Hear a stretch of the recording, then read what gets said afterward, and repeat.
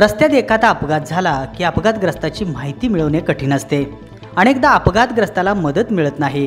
वेळेवर उपचार न झाल्याने काहींना अवयव तर काहींना जीव गमवावा लागतो। त्यामुळे अपघात घडल्यास अपघात झालेल्या व्यक्तीची त्वरित ओळख पटावी, त्याच्या नातेवाईकांशी संपर्क व्हावा, त्याच्यावर वेळेत उपचार व्हावेत। यासाठी कसबा बोरगाव तालुका पन्हाळा येथील विनायक गायकवाड या 24 वर्षीय तरुणाने QR कोडच्या मदतीने डिजिटल इन्फॉर्मेशन कार्ड तथा DIC ही संकल्पना सत्यात उतरवली आहे। गाडीच्या किचनच्या स्वरूपात DIC कार्ड दिले जाणार असून केवळ मोबाईलद्वारे स्कॅनिंग केल्यानंतर संबंधित व्यक्तीची माहिती उपलब्ध होणार आहे। अपघातग्रस्तांसाठी ही DIC संकल्पना महत्त्वपूर्ण ठरणार असून त्यामुळे हजारो जीव वाचवण्यासाठी मदत होणार आहे। चला तर मग काय आहे ही DIC प्रणाली व त्याचा वापर नेमका कसा करायचा हे खुद्द विनायक गायकवाड यांच्याकडून जाणून घेऊया। नवनवीन बातम्या पाहण्यासाठी आमचे चॅनेल सबस्क्राइब करा, घंटीला क्लिक करा व शेअर करायला विसरू नका। नमस्कार, माझं नाव विनायक गायकवाड। मी बोरगावचा रहिवासी आहे आणि मी बाय प्रोफेशन मेकॅनिकल इंजिनियर आहे। तर आत्ता ही जी नाविन्यपूर्ण जी संकल्पना आहे, जे अपघात झाल्यानंतर त्या व्यक्तीला म्हणजे अगदी कमी वेळेमध्ये त्याला उपचार मिळावेत आणि त्याच्या नातेवाईकांना ती माहिती कळावी, ही जी संकल्पना तुम्ही QR कोडद्वारे जी म्हणजे संकल्पना मांडलेली आहे ती तुम्हाला कशा प्रकारे सुचली आणि त्याच गोष्टीवर तुम्हाला काम करावं का वाटलं आणि ते कधीपासून तुम्ही काम सुरू केलेलं आहे? एक्झॅक्टली सर, जर तुम्ही आता बघितलं तर ट्रान्सपोर्टेशनचा मोड म्हणजे बघितलं तर आपल्या इंडियामध्ये मेजॉरिटी आपण बाईक्स वापरतो आणि कार्स वगैरे म्हणजे एक्झॅक्टली पर्सिस्टंट आहे की आपण व्हेकल्स वापरतो। तर व्हेकलचा यूज करतो तेव्हा कुठं ना कुठेतरी स्लाईट पॉसिबिलिटी असते की आपला ॲक्सिडेंट होण्याची। ॲक्सिडेंटचे खूप सारे फॅक्टर्स असतात आणि ते काही गोष्टी अनअवॉइडेबल असतात, म्हणजे त्याला आपण अवॉइड करू शकत नाही। जर आता ग्लोबल स्टेजवरती बघितलं किंवा वर्ल्ड हेल्थ ऑर्गनायझेशनच्या रिपोर्टनुसार किंवा आपल्या स्वतःच्या ministry of road transport and highway अथॉरिटीच्या एका रिपोर्टनुसार 2019 2019 इंडियामध्ये जे नोंद झालेले सरकार दरबारी असे 4.5 लाख ॲक्सिडेंट झाले होते। त्या 4.5 लाख ॲक्सिडेंटमध्ये 1,51,000 माणसं जवळपास मृत्युमुखी पडले होते। त्याचा जर त्या स्टॅटिस्टिक्सचा तुम्ही इन डेप्थ जर ॲनालिसिस केलं तर 414 माणसं पर दिवसाला आणि 17 माणसं तासाला मृत्युमुखी पडतात, म्हणजे एवढी ही जी सेव्हिरिटी आहे रोड ॲक्सिडेंटची। आणखीन त्याचं जर आपण इकॉनॉमी स्केलवरती बघितलं तर जे इंडियाला त्याचा खूप म्हणजे नुकसान आहे, म्हणजे एखादा कुठलं तरी कुटुंब त्यांचं करता पुरुष हे करतं, आपल्या GDPला पण ते हानिकारक आहे या गोष्टी। आणि हा प्रॉब्लेम एवढा पर्सिस्टंट आणि खूप म्हणजे सेव्हिरिटीचा होता। दुसऱ्या गोष्टी जर बघायचं झालं तर ॲक्सिडेंटमध्ये त्याच रिपोर्टमध्ये असं नमूद केलं होतं की त्यामध्ये 50% लोक वाचले असतील जर त्यांना लवकरात लवकर मेडिकल अटेन्शन मिळाले असतील तर।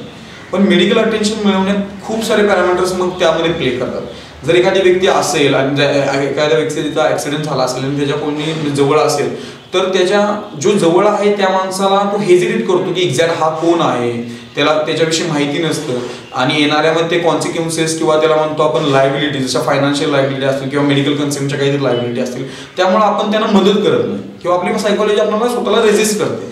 तर अशा वेळेला आपल्याला एखादी गोष्ट अशी असेल की ज्याच्या थ्रू त्या माणसाची माहिती मिळेल, त्या माणसाच्या परिवाराला समजेल की एक्झॅक्ट ॲक्सिडेंट झाला आहे आणि जर ह्या गोष्टी घडून आल्यात within a fractions of minute then definitely आपल्याकडे एक चान्स आहे की आपण त्या माणसाला वाचवू शकतो। तर मी टेक्नॉलॉजी बेसिसवरती थोडंफार काम करू होतो याच्या अगोदर, मला एक असं वाटलं की आपण करू शकतो एक्झॅक्टली जर टेक्निकल जे असेल म्हणजे IT आता जे म्हणतो ॲडव्हान्स टेक्नॉलॉजी वापरून जर आपण हा गॅप कमी करू शकत असेल तर फॉर शुअर का नाही। मग ह्या दृष्टीनं मी त्याच्यावरती काम केलं। मे बी फ्रॉम 2016 मी ह्याच्यावरती काम करायला सुरू केलेलं, पण एवढं इंटेन्शनली करत नव्हतं कारण मी दुसऱ्या प्रोफेशनमध्ये ॲक्टिव्ह होतो। पण 2018 साली एक अशी गोष्ट घडली की इचलकरंजीची जी 2 मुलं, मला वाटतं एक महागडी स्पोर्ट बाईक घेऊन आले होते, त्यांच्याकडे 2-2.5 लाखाची एक महागडी स्पोर्ट बाईक होती आणि ते पन्हाळ्याला आले होते आणि असा इन्सिडेंट घडून आला की त्यांचा ॲक्सिडेंट झाला आणि त्यांचा जागेवरतीच मृत्यू झाला। मृत्यू झाल्यानंतर ही गोष्ट त्यांच्या घरच्यांना समजली नाही कारण की अशी कुठलीही फोटो आयडेंटिटी किंवा ही गोष्ट नव्हती। तर ती CPRला 2 दिवस बेवारस म्हणून होते, त्यांचं म्हणजे कम्प्लिटली बेवारस म्हणून होते। जेव्हा त्यांचं मीडियामध्ये किंवा सोशल न्यूजमध्ये आलं, त्यांचं वर्णन करण्यात आलं, तेव्हा त्यांच्या घरच्यांना समजलं 2 दिवसानंतर की त्यांचा ॲक्सिडेंट झाला आणि ते मृत्युमुखी पडलं। मग अशी टेक्नॉलॉजीची आज खरोखर गरज आहे ज्याच्या थ्रू आपल्याला संपर्क साधता येईल ॲक्सिडेंट विक्टिमच्या। आणि दुसरी गोष्ट म्हणजे ह्या जर बघितलं फीचर वाईज तर ह्यामध्ये आपला इमर्जन्सीचा डेटा तुम्ही ठेवू शकताय DIC मध्ये आपण ह्याला डिजिटल इन्फॉर्मेशन कार्ड म्हणतो. त्याचे तुम्हाला मी वैशिष्ट्य जसं पुढे होईल तसं मी सांगेल. पण DIC मध्ये काय होतं, आता आपण ग्रामीण भागात तर तुम्हाला माहिती आहे की माझा इन्शुरन्स आहे, ह्याचा इन्शुरन्स असेल मे बी, पण आपल्या घरच्यांना ते माहीत नसते एक्झॅक्टली की इन्शुरन्स आहे की नाही. आणि असं एखादा एक वे पाहिजे किंवा सिस्टम पाहिजे ज्याच्यात आपल्याला ऑन दी गो जेव्हा आपल्याला गरज आहे तेव्हा तो इन्शुरन्स मिळायला पाहिजे. हे आता तुम्हाला मी एक्झॅक्टली सांगेन एक्झॅक्ट DIC म्हणजे काय, आपण कसे यूज करू शकतो, कसे वापर करतो, त्याचा इंटरफेस कसा आहे, आपण अनुषंगाने त्याच्या बोलूया. सबमिट कराल तेव्हा तुम्हाला एक OTP येईल, कारण की प्रत्येकाला त्यांचाच नंबर टाकावा लागेल. कारण की आपण जी माहिती बघतो किंवा डेटा आहे तो खूप व्हॅल्युएबल आहे. आजकालच्या जगात डेटाला खूप महत्त्व आहे. त्यामुळे आपण कुणाला देऊ इच्छित नाहीये. पण इमर्जन्सी केसमध्ये जर खरोखर कोणी आपल्याला जेन्युइनली मदत करतो तर अशा वेळेला आपण त्या माणसाला एक सर्टन स्क्रुटिनी देऊ शकतो. आता ह्यामध्ये OTP आलेला आहे 4637. आता मी ह्याच्यामध्ये OTP टाकले 4637. सबमिट करेल. OTP स्क्रुटिनिटी होऊन जाईल, सिस्टम त्याच्यात ते स्कॅन करून बघेल. आता नेचर ऑफ इमर्जन्सीचा एक आपल्याला एक्झॅक्टली भरायचा. ह्यामध्ये आपण नाव टाकेल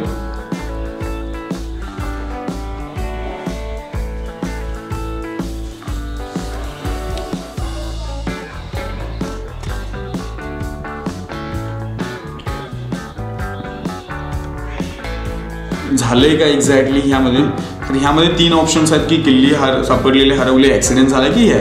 आपण लेट्स से ऍक्सिडेंट म्हणू आणि कुठे झाला तर ठीक आहे आपण पुण्याचं लोकेशन टाकू. पुण्यात जर झाला असेल ऍक्सिडेंट, तुम्ही माझ्याजवळ असाल, मी पुणे पुटवून केलं, मी सबमिट केलं, तर 2 गोष्टी होत आहेत. एक तर तुमचा सगळा जो कंटेंट आहे जो तुम्ही बघितलेला आहे हा मेसेज स्वरूपात मला आलेला असणार आहे. जसं आता मला लगेच इथं मेसेज आला आहे की माझी माहिती कुणी बघितले,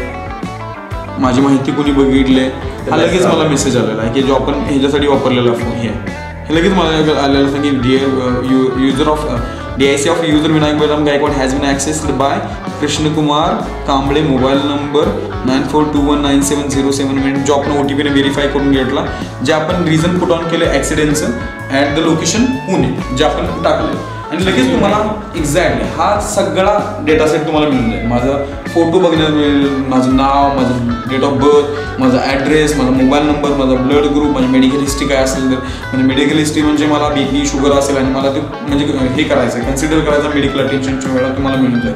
माझ्या घरच्यांचे 5 कॉन्टॅक्ट नंबर तुम्हाला लगेच मिळून जातो. दुसरी गोष्ट होईल की इथं जर मी 2 इन्शुरन्स ठेवले आहेत, म्हणजे व्हेकलचा इन्शुरन्स आहे आणि पर्सनल इन्शुरन्स आहे. मी माझ्या पर्सनल इन्शुरन्सवरती क्लिक करेल, मला डाउनलोड होऊन तुमच्या सिस्टम डिव्हाइसला मिळून जाईल. म्हणजे ऑन दी गो तुम्हाला मिळाला, तुम्ही दवाखान्यात जाऊन दाखवू शकता. म्हणजे सगळा जे आपल्याला लागणारा वेळ आहे तो कम्प्लिटली आपला इझिली रिड्यूस होऊन जाईल. आता याच्यामध्ये जे कॉन्टॅक्ट नंबर त्यांच्यावर सेव्ह होते त्याच्यामधला हा एक नंबर यांच्याकडे आहे, तर त्यांनाही तो मेसेज गेलेला आहे. म्हणजे नातेवाईकांच्यापर्यंत जास्तीत जास्त म्हणजे अगदी कमी वेळेमध्ये तो मेसेज गेलेला आहे. त्यामुळं उपचारासाठी किंवा कॉन्टॅक्टसाठी तो खूप उपयोगी ठरणार. ह्याला तुम्ही वेब ॲप्लिकेशन म्हणू शकता किंवा एक सिस्टम म्हणू शकता. ह्यामध्ये खूप सारे पॅरामीटर्स आहेत. म्हणजे तुम्हाला सांगतो की DIC म्हणजे डिजिटल इन्फॉर्मेशन कार्ड जेव्हा म्हणतो तेव्हा एक पार्ट तुम्हाला असा मिळून जाईल गाडीबरोबर. ओके, हे म्हणजे हा कुठल्याही फॉर्ममध्ये येऊ शकतो, हे स्टिकरमध्ये पण येऊ शकतो, पण ह्याला रेजिस्टन्स बनवण्यासाठी खूप जरा आणखी स्ट्रॉंग बनवण्यासाठी ह्या फॉर्ममध्ये बनवलेला आहे. तर ह्यामध्ये एक प्रत्येक डेडिकेटेड QR कोड प्रत्येक माणसाला दिला जातो. प्रत्येक युजरचा एक वेगळा QR कोड असेल. जसा तुमचा मोबाईल नंबर वेगळा आहे, माझा मोबाईल नंबर वेगळा आहे, प्रत्येकाचा मोबाईल नंबर वेगळा युनिक असतो, तसं ह्यामध्ये 37 अंकाचा अल्फान्यूमेरिक अक्षरांकी अकाउंट बनवलेला असतं. त्यामध्ये कॅपिटल लेटर असतात, स्मॉल लेटर असतात आणि अंक असतात, म्हणजे डिजिट असतात, न्यूमेरिकल डिजिट असतात. आणि ते DIC एका सर्व्हरच्या अकाउंटला जोडलेला असतात. म्हणजे हा जो पार्ट आहे तो तिथं पण पोहोचण्याचा एक वे आहे. ठीक आहे. जेव्हा तुम्ही आता एखाद्या व्यक्तीचा ऍक्सिडेंट झालाय, तुम्हाला त्याची माहिती काढायची, तुम्ही काय कराल, सिम्पली त्याची इग्निशनची किल्ली शोधा. किल्लीवरतीच का ठेवतो ते पण मी तुम्हाला सांगतो. किल्ली शोधा. प्रत्येकाच्या मोबाईलला कॅमेरा आहे, स्मार्टफोन प्रत्येक जण यूज करतात. म्हणजे अराउंड तुम्हाला माहिती की 70% people are using the smartphone in India. आणि ज्या स्मार्टफोनला कॅमेरा आहे त्याच्यात कॅपॅबिलिटी असते, टेक्निकल कॅपॅबिलिटी असते की तो QR कोड स्कॅन करू शकतो. तुम्ही जेव्हा QR कोड स्कॅन करणार तेव्हा तुम्हाला एक डेडिकेटेड वेबसाईटची URL मिळेल. ओके, त्या URL तुम्ही क्लिक कराल तेव्हा सिस्टम तुम्हाला रिडायरेक्ट करेल त्या पर्टिक्युलर DIC युजरच्या अकाउंटला. त्यामध्ये तुम्हाला 2 गोष्टी कराव्या लागतात. एक म्हणजे तुम्हाला तुमचा मोबाईल नंबर टाकावा लागतो आणि तो OTPने व्हेरीफाय होतो. तो का होतो तर ह्यासाठी की तुम्ही जी माहिती बघताय त्या युजरची ती खूप वायटल असते आणि चोरला जाऊ नये किंवा कोणी मिसयूज करू नये ह्यासाठी तुम्हाला तुमचाच मोबाईल नंबर टाकावा लागतो जो OTPने व्हेरीफाय होतो. व्हेरीफाय झाल्यानंतर तुम्हाला एक इन्फॉर्मेशन रिक्वेस्ट फॉर्म भरावा लागतो. त्यामध्ये तुम्हाला तुमचं नाव मेन्शन करावं लागतं, तुम्ही त्या युजरची DIC काय ऍक्सेस करताय, मग त्यात रिझन असतील की तुम्हाला किल्ली त्याची सापडली, पडलेले हरवलेली किल्ली सापडली, ऍक्सिडेंट झाला की दुसरं कुठलं रिझन आहे, आणि तुम्हाला लोकेशन पुटअप करावं लागतं. जेव्हा तुम्ही सबमिट करता तेव्हा दोन गोष्टी होतात. एक तर तुम्हाला त्याच्या DICला कम्प्लीट ऍक्सेस मिळतो, त्याच्या DIC मध्ये त्याचा तुम्हाला फोटो बघायला मिळेल, त्याचं नाव बघायला मिळेल, त्याचा ब्लड ग्रुप, त्याचं एमर्जन्सी कॉन्टॅक्ट असतील, त्याचा पर्सनल इन्शुरन्स असेल, त्याच्या व्हेकलचा इन्शुरन्स असेल, आणि त्याची मेडिकल हिस्ट्री काय असेल तर. पण त्याच वेळेला ते एक मेसेज फॉर्म होतो की ह्या DICची युजरची माहिती त्या माणसानं बघितली, त्याचा मोबाईल नंबर कशासाठी बघितले आणि कुठून बघितले, आणि हा मेसेज त्याच्या घरच्यांना म्हणजे जे इमर्जन्सी कॉन्टॅक्टमध्ये 5 जे नंबर सेव्ह केलेले प्लस युजरला पण जातो. त्यामुळे हे डेडिकेटेड सिस्टम खूप स्ट्रॉंग आहे डेटा वाईज, की कुणीही तुमची माहिती बघितली तर तुम्हाला समजणार आहे. त्यामुळे तुमच्या डेटावरती तुमचा फुल कंट्रोल आहे. आणि दुसरी गोष्ट म्हणजे आता DICचं एक फीचर हे झालं की तुम्हाला ऍक्सिडेंटमध्ये अलर्ट करता येतील, पण जेव्हा तुम्ही आपल्या बाईक किंवा व्हेकल घेऊन बाहेर जाता तेव्हा तुम्हाला सर्टन डॉक्युमेंट्स कॅरी करावं लागतात. As per the government rule तुम्हाला कॅरी करावं लागतं, जसं की तुमचं ड्रायव्हिंग लायसन्स असेल, PUC असेल, RC बुक असेल. आणि बऱ्याचदा असं होतं की आपण डॉक्युमेंट विसरून जातो, पण किल्ली एकमेव गोष्ट आहे जी तुमच्यासोबतच राहणार आहे प्रत्येक वेळ. किल्ली तुमच्या इग्निशनलाच राहणार. तर तुम्ही किल्ली काढाल सिम्पली, ओके, तुम्ही तुमचा मोबाईल नंबर टाकाल जो तुम्ही त्या सिस्टममध्ये लॉग इन करताना डेडिकेटेडली वापरलाय. तुम्ही जेव्हा टाकाल तेव्हा त्या सिस्टमला समजतं की हा युजर आहे या पर्टिक्युलर किल्लीचा, आणि तुम्हाला ऍक्सेस देतं कम्प्लीट तुमच्या डॉक्युमेंटला. म्हणजे कम्प्लीट डॉक्युमेंट तुम्हाला मिळून जातील. तुमचं ड्रायव्हिंग लायसन्स ठेवला असेल, तुम्ही अपलोड केला असेल त्याला, त्यानंतर तुमचं PUC असेल, RC बुक असेल, सगळं तुम्हाला ऑन दी गो कुठेही कधीही मिळून जाईल. आणि हा सगळा जो डेटा आपण म्हणतोय इमर्जन्सी कॉन्टॅक्ट पासून, तुमच्या नावापासून, तुमच्या ब्लड ह्याच्यापर्यंत, ॲड्रेसपर्यंत किंवा सगळ्या गोष्टी, तो कम्प्लिटली डायनामिक नेचरचा आहे. म्हणजे तुम्ही कधीही जाऊन त्याला एडिट करू शकता, तुम्ही मॉडिफाय करू शकता आणि कितीही वेळा करू शकता. आणि ही सिस्टम जी म्हणतोय आपण ती कम्प्लिटली लाईफ टाईमसाठी फ्री असणार आहे, एक सर्टन अमाऊंटच्या एका वन टाइम पेमेंट नंतर. की नवीन जे युजर आहेत ज्याला तुमच्या ह्या म्हणजे सहभागी व्हायचा आहे, तुमच्या ह्याच्यामध्ये वापर करायचा आहे, तर तो कशा पद्धतीने वापर करू शकतो? एक्झॅक्टली. आता तुम्हाला म्हणजे पहिल्यांदा असा एक पार्ट देण्यात येईल, ह्याला आपण म्हणतो की डिजिटल इन्फॉर्मेशन कार्ड, ज्याच्यावरती तुमचा एक कस्टमाइज QR कोड प्रिंटेड आहे. हे कुठे अवेलेबल असणार आहे? ते तुम्हाला सर माझ्या कंपनीच्या म्हणजे आता तरी आम्ही कमर्शियल ट्राय आउट करतोय की E-कॉमर्स किंवा जेवढा पण म्हणजे मार्केटिंगच्या स्ट्रॅटेजी असतील त्या इम्प्लिमेंट करण्यासाठी त्याला एक आणखी 5-10 दिवसाचा वेळ जाईल. पण तुम्हाला आता जर पाहिजे असेल तर you can call me number माझा पुट ऑन करेल, तुम्ही मला मेसेज करू शकता किंवा कॉल करू शकता, ज्याच्या थ्रू तुम्हाला मिळून जाईल. आणि अननोन पर्सनला कसं मिळणार ते? त्यासाठी अजून किती कालावधी लागेल? सर एक 10 दिवसाचा कालावधी लागेल. म्हणजे कमर्शियल गोष्टी ज्या आहेत म्हणजे कंपनी फॉर्मेशन वगैरे झालेलं आहे, पण GST रजिस्ट्रेशन आणखीन म्हणजे बँक डिटेल्स वगैरे त्याच्यामध्ये थोडं आम्ही इन प्रोसेस आहोत, आणि जे लवकरात लवकर मार्केटमध्ये येण्याचा आमचा प्रयत्न राहील. तुम्हाला पहिल्यांदा असाच पार्ट मिळून जाईल, ज्यांची गाडी ऑलरेडी एक्झिस्टिंग मध्ये आहे त्यांना एक असा पार्ट मिळून जाईल जो त्यांना किल्लीच्या ह्याला लावावं लागेल.